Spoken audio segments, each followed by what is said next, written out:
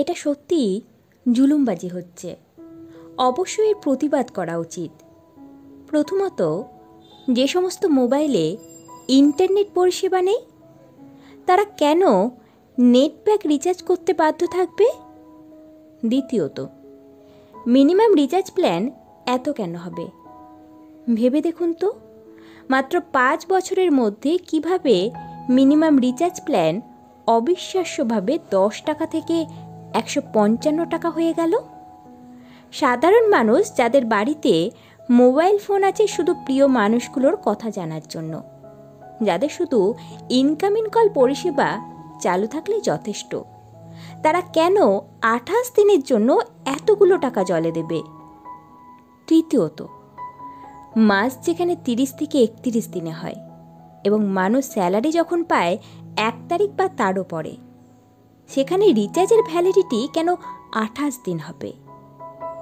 চতুর্থ, প্রত্যেক বছর একই নেটওয়ার্ক সার্ভিস দিয়ে 3G, 4G, 5G নামে যে প্রহসন চলছে সেটা বন্ধ করা হোক।